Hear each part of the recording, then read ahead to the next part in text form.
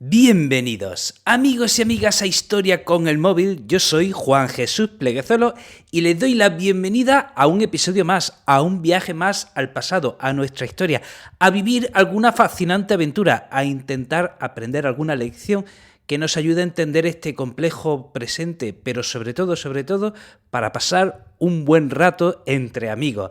Antes de empezar el programa, recordarte que si amas la enseñanza, y más si eres docente, te va a gustar mi libro Sigue enseñando, 10 razones por las que pensar que nuestra profesión es la más bonita del mundo. Te dejo el enlace en las notas del programa.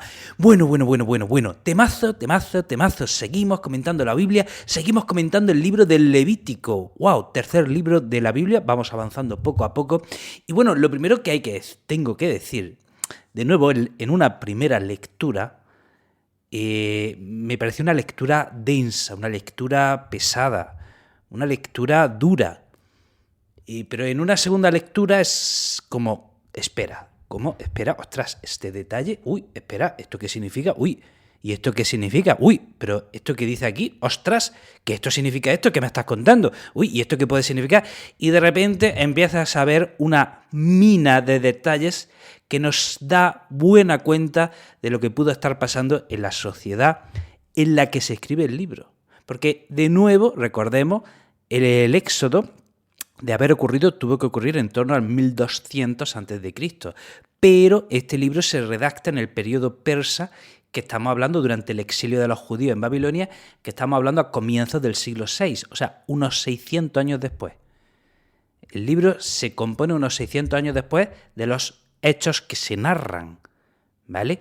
Y supuestamente la escena del Levítico tiene lugar cuando ya han terminado de construir el tabernáculo. Recordemos cómo en el libro del Éxodo Dios le dice a Moisés durante varios capítulos cómo tiene que construir el tabernáculo, y decíamos que eran algunos capítulos muy densos de leer porque eran demasiado descriptivos. Bueno, pues ya han terminado el tabernáculo y ahora Dios le sigue dando órdenes a Moisés para que se las transmita al pueblo lo vamos a comentar, ¿vale? Pero aclaremos algún concepto. Hemos dicho que este libro se llama Levítico.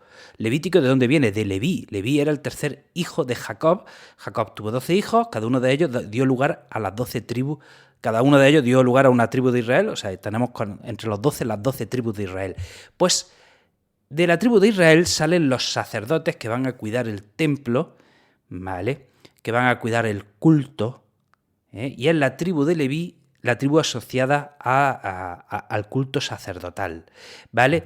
Hasta ahora hemos mencionado sobre todo a Leví en dos ocasiones. La primera, lo hemos mencionado más veces, pero de manera significativa. Recordemos que es Leví quien venga la violación de su hermana Dima, ¿vale? También recordemos que cuando Moisés sube al monte Sinaí y el pueblo se pone a adorar un becerro, cuando Moisés baja y decide castigar al pueblo, ¿quiénes son los que ayudan a Moisés a castigar al pueblo? Los miembros de la tribu de Leví, ¿vale? Y recordemos también un detalle importante. Moisés y Aarón, que eran hermanos, son de la tribu de Leví. Y Aarón es también el primero en consagrarse al sacerdocio, así como sus hijos. Es por esto que la tribu de Leví es asociada al sacerdocio. Y este libro se puede presentar, a priori, si busca información sobre este libro, se define como un manual del culto, un manual sacerdotal. Pero de nuevo, empezamos a preguntarnos sobre cada uno de estos capítulos y nos damos cuenta de que aquí hay un testimonio interesante antropológico de la sociedad en la que se redacta este libro y de la sociedad en la que pudieron ocurrir esos hechos, ¿vale? El Levítico tiene 27 capítulos y vamos a comentar algunos de ellos por encima, ¿no? Por ejemplo, del capítulo del 1 al 7 se habla de cómo hacer los sacrificios, y esta parte en concreto es muy dura de leer porque es demasiado descriptiva y te da las 1000 variantes de cómo sacrificar a un animal, en qué condiciones y todos los detalles. En el capítulo 8 ya se consagra a Aarón y a sus hijos como sacerdotes. Pero en el capítulo 10 ocurre algo bastante fuerte a 2 de los hijos de Aarón, ¿vale? Porque se equivocan en el ritual. Aarón tenía más hijos, ¿vale? Pero cometen un error Y ahora veréis qué le sucede. Dice en el capítulo 10, versículo 1. Los hijos de Aarón, Nadab y Abiud, tomaron cada uno un incensiario y poniendo fuego en ellos y echando incienso, presentaron ante Yahvé un fuego extraño, cosa que no les había sido ordenada. Entonces salió de ante Yahvé un fuego que los abrasó y murieron ante Yahvé. ¿Vale? Porque habían presentado un fuego que no se les había pedido, mueren estos dos hijos. Tenía otros, ¿vale? Aarón tenía otros. Pero fijaros la dureza con la que había que llevar este ritual, tanto es así que dos de los hijos mueren. Ya en el capítulo 11, pues bueno, se nos hablan de los animales puros e impuros, pero de nuevo te das cuenta de que, claro, es que si bien los hechos hablan del éxodo de una sociedad nómada del siglo XIII, este libro se redacta 6 siglos después y está dirigido, sin duda alguna, leyendo esto, a un pueblo que ya ha pasado el nomadismo, que ya no vive en el éxodo, que ya no vive en el exilio, porque es, en perspectiva, este capítulo 11 es un manual de nutrición, de lo que hay que comer y de lo que no se puede comer. Atentos porque es complicado de seguir. Miren lo que dice, por ejemplo. Capítulo 11, versículo 2, dice: «He aquí los animales que comeréis de entre las bestias de la tierra. Todo animal de casco partido y pezuña hendida y que rumie lo comeréis, pero no comeréis los que solo rumian o los que solo tienen partida la pezuña. El camello que rumia pero no tiene partida la pezuña será inmundo para vosotros. El conejo que rumia y no parte la pezuña es inmundo. La liebre que rumia y no parte la pezuña es inmunda. El cerdo que divide la pezuña y no rumia es inmundo para vosotros. No comeréis su carne ni tocaréis sus cadáveres, serán inmundos para vosotros», etcétera, etcétera, etcétera. ¿Vale? Aquí te das cuenta, claro, cuando se redacta esto, es que ya no están en el desierto. ¿Vale? No están en el desierto seguro. ¿Vale? ¿Cuántos camellos, cuántos conejos, cuántas liebres, cuántos cerdos habría en el desierto en una sociedad nómada, ¿no? Luego dice, «He aquí los animales que entre los acuáticos comeréis. Todo cuanto tiene aletas y escamas, tanto en el mar como en los ríos, lo comeréis. Pero abominaréis de cuanto no tiene aletas y escamas». Se me ha venido a la cabeza, hace unos episodios hablé del Islam chií y de un califa que desaparece en extrañas circunstancias, un califa que desaparece en extrañas circunstancias en Egipto en el siglo XI. Y este califa da unas normas muy, muy raras y excéntricas y radicales a los egipcios, y una de sus normas era prohibir peces sin escamas. Yo ahora me pregunto, digo, ¿o este hombre le había leído este texto? ¿O es que en el Corán hay algo parecido a esto? ¿O sencillamente, no sé, alguien se lo dijo? O no lo sé, pero me ha acordado enseguida de este texto. Dice: «Todo cuanto en las aguas no tiene aletas y escamas lo tendréis por abominación». Luego también le da unas prescripciones con las aves. «He aquí entre las aves las que tendréis por abominación, y no las comeréis: el águila, el quebrantahuesos, el alieto, el milano, el buitreo, etcétera, etcétera». Y más adelante he leído una cosa que me he quedado loquísimo, que luego la he entendido. Dice: «Todo volátil que anda sobre 4 patas lo tendréis por abominación». Y yo digo, pero espérate, ¿cómo que un volátil da 4 patas? ¿Qué pájaro tiene 4 patas y vuela? Claro, es que se refiere a los insectos. Pero hay excepciones, como por ejemplo, dice: «Entre los insectos alados que marchan sobre 4 patas, comeréis aquellos que tienen más largas las de atrás, la langosta», que por cierto, los insectos no tienen 4 patas, suelen tener 6, pero bueno, aquí hay un convencionalismo, ¿vale? En fin, etcétera, etcétera, etcétera. O sea, aquí en este capítulo 11 se prescribe a los israelíes qué pueden comer y qué no pueden comer. Aquí de nuevo me hago yo una pregunta. ¿Había alguna razón nutricional en la época para mandar comer esos animales y no otros, y prohibir estos animales y no otros? O sea, es que en aquella época ciertos animales les sentaron mejor, ciertos animales no les sentaron mejor. Hay una respuesta que alguien puede dar. Es que les apetecía. Los que redactan el Levítico les apeteció hacer esta lista y no otra.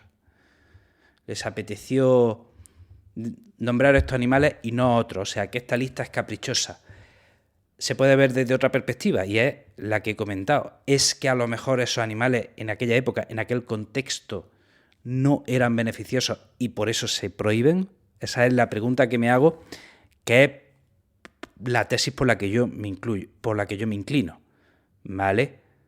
Vamos a decir al pueblo que estos animales son impuros porque probablemente es que directamente no les sean beneficiosos en ese contexto, ¿vale?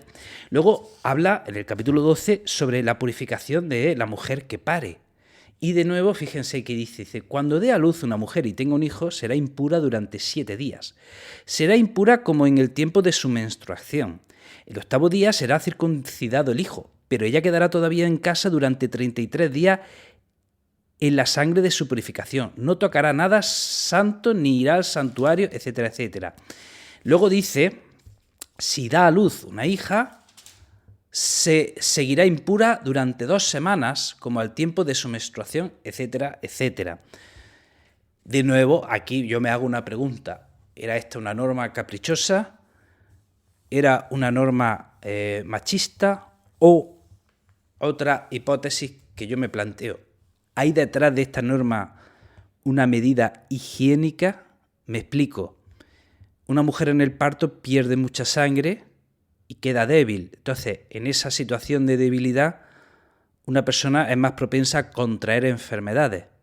Entonces, a lo mejor una medida sanitaria era aislar a la persona para que no contraiga enfermedades, sobre todo después de haber perdido tanta sangre. No tienen los hospitales que hoy día tenemos, no tienen los medios que hoy día tenemos, así que una medida radical de evitar que la mujer contraiga una enfermedad es el aislamiento. Ya lo hemos dicho en otros podcasts. Hasta hace poco, para una mujer dar a luz arriesgaba su vida. Era muy probable que una mujer muriese en el nacimiento. Eso hasta hace pocas décadas. Así ha vivido la humanidad. Entonces, me pregunto si es este el motivo de esta ley, ¿no? Luego, en el capítulo 13, 14, habla sobre cómo tratar a los leprosos, cómo tienen que tratar a los leprosos, y de nuevo se dan muchos detalles de cómo curar a un leproso, cómo tratarlo, en qué condiciones deben vivir, etcétera, etcétera, etcétera. De nuevo, aquí uno se pregunta cuál sería la seriedad de la lepra, cuál sería la gravedad de la lepra en la sociedad en la que se está escribiendo este libro, o en la sociedad en la que tienen lugar los acontecimientos de este libro, porque hay 600 años de diferencia entre una y otra, ¿vale? ¿Habría lepra entre los pueblos del desierto? ¿O era más algo de las sociedades sedentarias? Probablemente era más de las sociedades sedentarias. En el capítulo 15, de nuevo, habla de la situación de impureza del hombre y la mujer cuando tienen flujo. El hombre, en este caso, sería impuro cuando tiene flujo seminal, y la mujer cuando tiene el flujo de la menstruación, y durante ese tiempo de impureza no pueden tocar ni ser tocados. Ya en el capítulo 16 se habla de cómo celebrar la fiesta más importante de los judíos, que es el Yom Kippur, o el día de la expiación, que es el día de pedir perdón. Y en el capítulo 18 hay se prescribe un código sexual interesante en el que básicamente lo que se hace es prohibir el incesto, y atento a la larga lista de prohibiciones en cuanto a la sexualidad que hay, y todas referentes al incesto. Dice, no descubrirás la desnudez de tu padre ni la de tu madre. Es tu madre, no descubrirá su desnudez. Descubrir su desnudez es tener relaciones, obviamente. Sigue, no descubrirás la desnudez de la mujer de tu padre, es la desnudez de tu padre. No descubrirás la desnudez de tu hermana, hija de tu padre o hija de tu madre, nacida en la casa o nacida fuera de ella. No descubrirás su desnudez. No descubrirás la desnudez de la hija de tu hijo o de la hija de tu hija, porque es tu propia desnudez. No descubrirás la desnudez de la hija de la mujer de tu padre, nacida de tu padre, es tu hermana. No descubrirás la desnudez de la hermana de tu padre, es la carne de tu padre. No etcétera, etcétera, etcétera. Vamos, que toda la lista te prohíbe tener relaciones con cada uno de los miembros de tu familia, ya sean padres, ya sean hijos, etcétera, etcétera, etcétera. Otra vez, podemos ver una medida que es de lo más sensata, aparte de la cuestión moral, es porque también ya sabemos que la endogamia, el tener hijos entre familiares, puede dañar a los hijos, y esto en una tribu nómada es muy importante, porque en una tribu nómada donde hay pocos miembros, en el momento en que ya empiezan a tener hijos entre familiares, esa tribu va a desaparecer, porque los hijos van a salir enfermos en algún momento y esa tribu va a tender a la extinción. Es por eso que se cuida tanto, es quizá este el motivo por el que se cuida tanto, oye, no tengas relaciones con familiares, no los tengas. Hay ya un caso de incesto que hemos hablado en la Biblia. Hay un caso de incesto. ¿Ustedes se acuerdan? ¿Qué caso de incesto hemos mencionado? Muy bestia, por cierto. Muy bestia. Estamos hablando de después de la destrucción de Sodoma y Gomorra. Lot y sus 2 hijas quedan aisladas en el campo y una hija emborracha a su padre, lo viola, luego la otra hija lo viola y tienen 2 hijos que darán lugar, uno al pueblo amonita y el otro no sé si era el pueblo amorrita. Estoy hablando de memoria, ¿vale? ¿Vale? Y los dos hijos que tendrán como descendencia 2 pueblos enemigos de Israel. Enemigos de Israel, claro. ¿Qué es lo que nos dice ese relato? Que los enemigos de Israel, ¿de dónde nacen? Pues del incesto. De algo tan pecaminoso y abominable como que 2 hijas no solo se acuesten con su padre, y es que lo han violado, además, porque estaba borracho. ¿Vale? Entonces, creo que ahora mismo lo que llamamos de la Biblia, estos son los casos en los que se está mencionando. Luego, en el capítulo 19, viene un código de leyes interesantísimas, que son leyes morales. Leyes que atienden a la moral. Estamos hablando de esta religión, este libro, de nuevo, recordemos la fecha, se redacta en torno al siglo VI, en el periodo persa, en el exilio en Babilonia. Vale. Pero es que si comparamos esta religión con sus otras religiones vecinas, como por ejemplo la religión griega o la religión egipcia, probablemente esta religión es la primera que pone tanto hincapié en el código moral. En el código moral. Pensemos en los dioses griegos. Ya hemos dedicado muchos episodios en este podcast a la mitología griega. Qué interesante es, ¿verdad? Pero ¿qué tenían de ética estos dioses griegos? Nada, cero. Solo se guiaban por su instinto. O sea, eran lo más irracional y pasional y los códigos morales se los pasaban por el forro. En cambio aquí hay un hincapié, ya lo hemos visto en los 10 mandamientos, ya lo hemos visto en ese mandamiento que decía no desearás a la mujer del prójimo, no desearás, porque no te está diciendo no solo que no tengas relaciones con la mujer del prójimo, te está diciendo que no lo desees. O sea, ya se está adentrando en la concepción moral y en el interior de la persona. Desearlo también está mal, ¿vale? Hasta ahí llega. Y aquí, pues, de nuevo, viene una serie de códigos morales que en aquella época eran novedosos y sobre todo con la insistencia en la que se hacía. Dice, por ejemplo, en el capítulo 19, versículo 11, dice, no hurtaréis ni os haréis engaño y mentira unos a otros. No jures en falso por mi nombre, es profanar el nombre de tu Dios, yo Yahvé. No oprimas a tu prójimo, ni le despojes violentamente. No quede en tu mano hasta el siguiente día el salario del jornalero. No profieras maldición contra el sordo, ni pongas ante el ciego tropiezos para hacerle caer. Has de temer a tu Dios, yo Yahvé.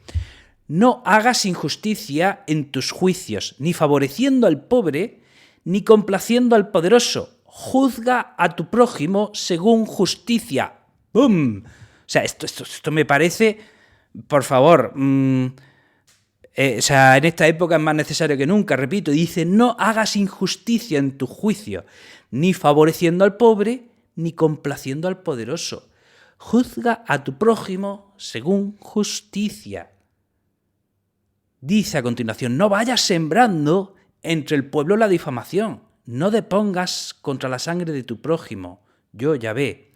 Y esto que viene a continuación es interesante, ya lo habréis escuchado. Dice, no odies en tu corazón a tu hermano, pero repréndele para no cargarte tú con él con un pecado.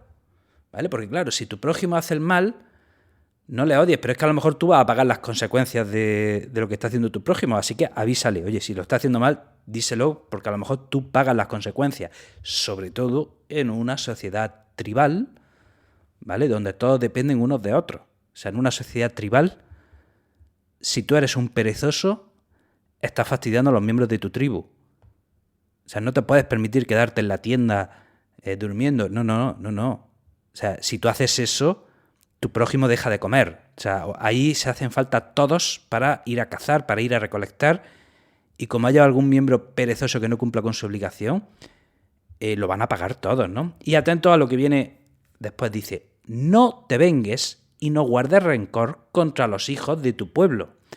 Amarás a tu prójimo como a ti mismo. Yo, Yahvé. Esto es interesante. De nuevo, aquí vemos la religión funcionando como psicología, como remedio psicológico, como prescripción psicológica. Esto me parece de lo más interesante. La religión, ya lo hemos explicado, ¿no? Que ayuda y prescribe unas normas de convivencia, que explica el entorno que rodea al hombre. Pero también la religión ayuda a explicar nuestro comportamiento humano, nuestras pasiones, nuestros instintos, y da consejos que tienen tela, dice aquí. No odies en tu corazón a tu hermano, pero repréndele para no cargarte tú. Dice, no te vengues y no guardes rencor contra los hijos de tu pueblo. No te vengues y no guardes rencor. ¿Y qué te pasa? ¿Qué te pasa si eres una persona rencorosa y vengativa? Pregunto, ¿cómo vivimos mejor? ¿Perdonando de manera sincera y honesta o guardando en nosotros el rencor y el deseo de venganza? ¿Cómo vivimos mejor? ¿Cómo somos más felices? ¿Guardando el rencor a esa persona que hace años nos hizo daño o perdonando y olvidando? Y cuando digo perdonando y olvidando, digo un perdón sincero y olvidarlo de verdad. ¿Cómo vivimos mejor? O lo voy a preguntar de otra manera. ¿Qué pasa en nosotros cuando guardamos rencor? Pues es que esto ya es un tema de salud. Es que aquí ya no es salud mental, también salud física. Porque el rencor acumulado, sin duda alguna, o sea, a quien está dañando es a ti que lo estás guardando. Entonces, esta prescripción del perdón tiene un sentido también de supervivencia, de que si tú quieres vivir y seguir y salir adelante, no te queda otra que perdonar, y perdonar de verdad, ¿eh? Lo de perdono pero no olvido una chorrada. No guarda rencor, es no guardar rencor, ¿vale? Y tiene un sentido psicológico el perdón. Y luego hay otra cosa, dice, no te vengues y no guardes rencor contra los hijos de tu pueblo. Amarás a tu prójimo como a ti mismo, yo Yahvé. Amarás a tu prójimo como a ti mismo. Esto lo dice Jesús siglos después. ¿Vale? Pero vamos a retorcer esto tan bonito que he dicho. He dicho una cosa preciosa, esto que he dicho estos últimos minutos, ¿verdad? Pero atento al detalle. No te vengues y no guardes rencor contra los hijos de tu pueblo. Contra los hijos de tu pueblo. Estas normas están dirigidas al pueblo de Israel y aplicables al pueblo de Israel. O sea, no te vengas y no guardes rencor contra los hijos de tu pueblo. Está hablando de contra los hijos de tu pueblo. O sea, que contra los que no son hijos de tu pueblo, pues sí le puedes guardar rencor y sí te puedes vengar. Pero es que cuando dice a continuación amarás a tu prójimo como a ti mismo, probablemente cuando dice amar a tu prójimo como a ti mismo se está refiriendo a tu prójimo del pueblo de Israel. Porque si a continuación dice, justo antes dice, no te vengues y no guardes rencor contra los hijos de tu pueblo. Punto. Amarás a tu prójimo como a ti mismo. Probablemente prójimo se refiere a el prójimo de tu pueblo, no al que no es de tu pueblo. Siento estropear cómo íbamos. Sé que lo que estábamos diciendo era valioso, válido y bonito, pero esto es una interpretación que se ha hecho que también es interesante. Y en el capítulo 20 se imponen penas a lo que hemos leído en el capítulo 18. En el capítulo 18 hemos leído un código sexual donde básicamente se prohíbe el incesto, y antes me he emocionado y se me ha olvidado leer otros versículos. No solo se prohíbe el incesto, sino que también se prohíbe lo que llaman el bestialismo. Es que antes se me ha olvidado leerlo, vuelvo otra vez al capítulo 18. Dice en el versículo 22, y también la práctica homosexual. Dice en el capítulo 18, vuelvo atrás, versículo 22, no te ayuntarás con hombre como con mujer, es una abominación. Y atento, versículo 23, no te ayuntarás con bestia manchándote con ella. La mujer no se pondrá ante una bestia, prostituyéndose ante ella. Es una perversidad. Se está también prohibiendo las relaciones con las relaciones homosexuales, y también se prohíben las relaciones con animales. Me ha llamado mucho la atención, porque claro, esto es una cosa que el sentido común nos dice, pero ¿cómo va a tener una relación sexual con un animal? Eso eso es una... Pues eso, algo de una depravación. Pero si aquí lo está prohibiendo en la Biblia es porque a lo mejor se hacía, ¿no? ¿Y qué pasa? Llegamos al capítulo 20, ahora sí, volvamos al capítulo 20, y para cada una de esas prohibiciones hay una pena. Vamos a leer algunas de ellas.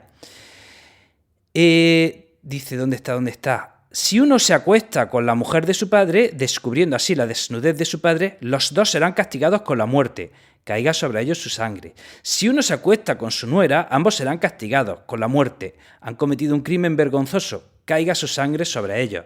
Si uno se acuesta con otro como se hace con mujer, ambos hacen cosa abominable y serán castigados con la muerte, caiga sobre ellos su sangre, o sea, la homosexualidad. Si uno toma por mujeres la hija y la madre, es un crimen abominable, serán quemados él y ellas, para que no se dé entre vosotros crimen semejante. Y aquí, ahora atento, dice, el que tenga comercio con una bestia será castigado con la muerte, y la bestia la mataréis. Estamos hablando del bestialismo. Si una mujer se acerca a una bestia prostituyéndose ante ella, matarás a la mujer y a la bestia, ambas serán muertas, caiga sobre ellas su sangre. Etcétera, etcétera, etcétera. Y bueno, ya otro capítulo interesante sería el capítulo 23, donde se enumeran las fiestas, cómo hay que celebrar las fiestas, la Pascua, las primicias, Pentecostés, Año Nuevo, la expiación, fiesta de los tabernáculos, etcétera, etcétera, etcétera. Bueno, lo vamos a dejar aquí. ¡Wow! ¡Qué interesante! Me ha parecido fascinante. Ya digo, lo he leído una primera vez y he dicho, qué pesado es esto. Pero luego me pongo a leerlo una segunda vez y te pones a desentrañar capítulo a capítulo y dices, aquí esto es interesante para descubrir, repito, cosas sobre la sociedad en la que este texto se compone. Este es el valor para nosotros en este podcast, ¿vale? Esto es un podcast de historia. Entonces vamos a intentar desentrañar el contexto en el que este libro se compone y el contexto de los hechos a los que este libro hace referencia. Y haciéndonos este tipo de preguntas podemos descubrir bastantes cosas, ¿vale?